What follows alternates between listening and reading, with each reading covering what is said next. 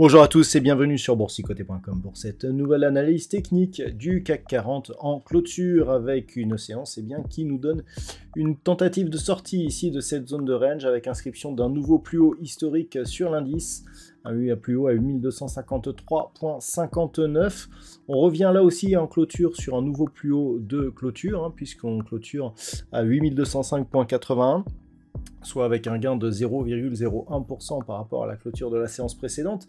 Et donc clairement, on valide ici des tentatives de sortie de cette zone de range sans y parvenir totalement. Et on donne la priorité, je dirais, notamment ne serait-ce que par ce nouveau point haut, à une probabilité de reprise ici du mouvement haussier, même si on sent tout de même certaines fragilités. Au niveau des indicateurs techniques, c'est très partagé. On continue à avoir une évolution négative au sens des histogrammes du MACD. C'était pas très bon signe. Toutefois, on reste dans la zone de surachat au niveau du RSI. On commence à avoir des signaux de divergence baissière sur cet indicateur. C'est à surveiller. Par contre, on a des volumes supérieurs à la moyenne. Alors, des volumes supérieurs à la moyenne, ce n'est pas forcément une bonne surprise, parce que, une bonne information, puisque même si on a ici une reprise du mouvement haussier, ce que l'on peut observer, c'est cette ombre ici portée sur la partie supérieure de la bougie. On avait déjà une ombre intéressante sur la bougie précédente, notamment au contact ici de la zone de résistance des 8215 points. Dont on peut d'ailleurs constater que cette zone est vraiment difficile à franchir. Et le fait de voir ces volumes ici supérieurs à la moyenne, alors peut s'expliquer par le fait que nous sommes sur le dernier jour du trimestre, mais aussi par le fait que, lorsque l'on attaque ici cette zone, il y a énormément de ventes, c'est-à-dire de prise de bénéfices sur cette séance. Alors, si on regarde la dynamique globale, je vous l'ai déjà dit hier, ce support oblique ici, selon comment on le repositionne, on peut aussi observer que cette zone pourrait très bien être une zone de contact. Ça ne change pas grand-chose pour les phases de cotation précédentes. Et on pourrait même dire que sur ce nouveau plus haut, on vient de marquer un contact ici sur le support. Vraiment par rapport à l'ancien tracé, on est dans l'épaisseur du trait et que l'on est en train de suivre ici le support. Le fait d'avoir des phases d'hésitation alors que l'on est à proximité de ce support pourrait nous donner des signaux, d'alerte, puisque en cas de cassure, on aura un signal de rupture et donc de consolidation possible. Donc il va falloir observer un petit peu ce qui va se passer à partir de la semaine prochaine, puisque là désormais sur rupture de cette zone des 8145 points, si on tient compte de ce nouveau tracé, on pourrait avoir un signal un peu plus fort. Ceci dit, d'un point de vue daily, on voit ici que la moyenne mobile 20 exponentielle se trouve au niveau de la zone de support des 8092 points. Donc clairement, tant que l'on ne casse pas ici ce point bas, proche ici des 8100 points, on avait un point bas à 8101.83, il n'y a pas de gros signal. Par contre, sur rupture ici de ces zones, là clairement on aurait un signal assez puissant avec une probabilité de consolidation assez forte. Donc c'est ce qu'il va falloir surveiller.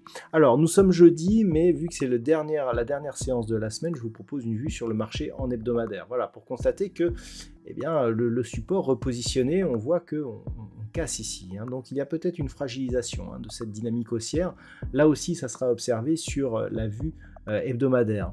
Du point de vue des indicateurs, on a ici un retournement des histogrammes du MACD, ce n'est pas très bon signe, alors que nous avons entamé ici le support oblique, un RSI qui reste en zone de surachat, il n'y a pas encore de divergence baissière sur cette unité de temps, des volumes légèrement supérieurs à la moyenne, ce qui va plutôt là dans le bon sens sur cette vue hebdomadaire, donc on est un peu plus, un peu plus optimiste au vu de cette unité de temps.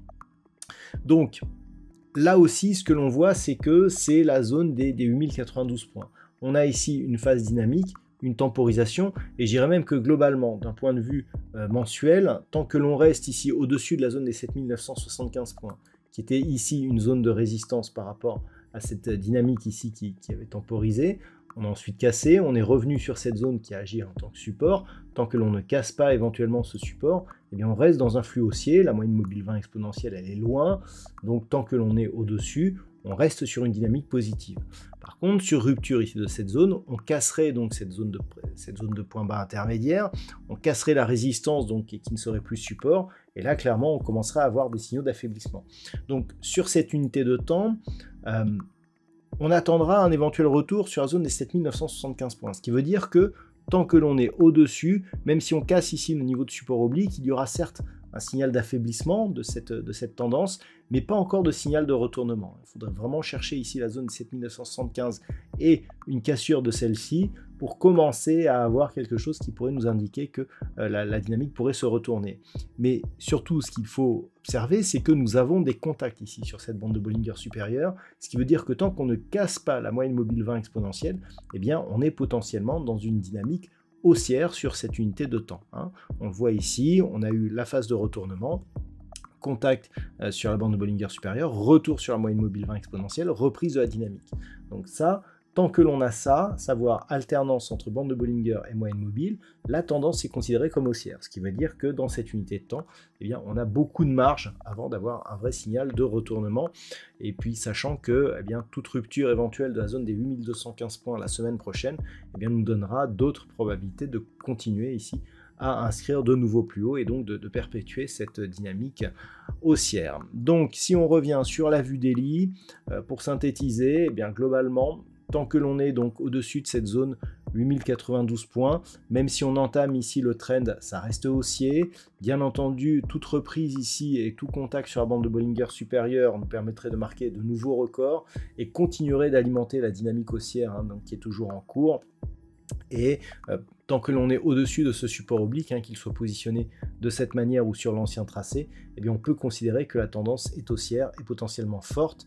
Attention, on voit ici que lorsque la bande de Bollinger s'écarte ici de la partie supérieure de la zone de range, eh bien cela traduit des phases d'affaiblissement, pour l'instant qui ne se retranscrivent absolument pas dans les cours. Donc voilà, ça reste positif, mais attention aux signaux d'affaiblissement, voire de retournement pour la semaine prochaine.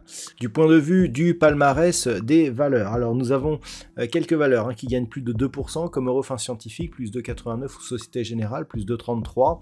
Derrière, BNP Paribas, Crédit Agricole ou Legrand SA sont sur des hausses assez proches, autour de 1,8%. On peut noter la bonne représentation des bancaires sur ce classement.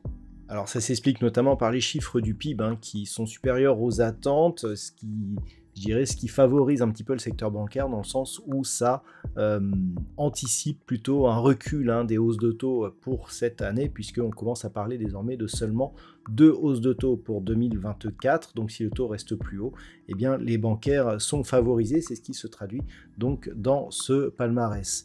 Au niveau des plus fortes baisses, nous avons des valeurs comme Carrefour, moins 1,34%, Stellantis, moins 1,33%, ST Micro, Vinci et Hermès sont sur des baisses proches de 1%. On a un secteur industriel du coup qui, par cette non-baisse des taux, souffre un peu plus que le reste. Voilà donc ce que l'on peut dire sur ce point CAC 40 pour cette fin de semaine. Je vous souhaite un très bon week-end Pascal. On se retrouve donc dès la semaine prochaine pour d'autres analyses techniques, toujours sur le site boursicoté.com.